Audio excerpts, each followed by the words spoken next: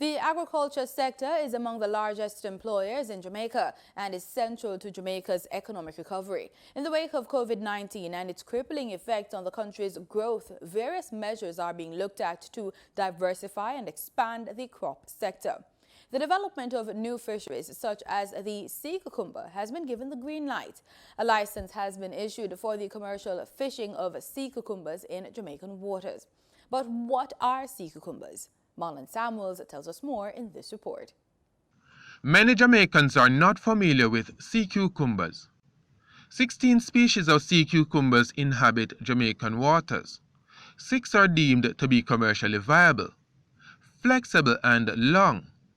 Sea cucumbers are found in both shallow and deep water. They can grow up to 10 feet long.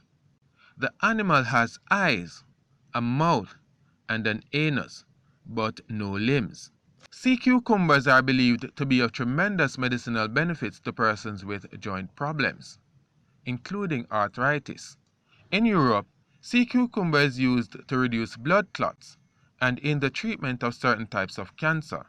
They are also highly valued as food in some parts of the world due to the high level of protein. It can also be eaten raw, pickled, or fried.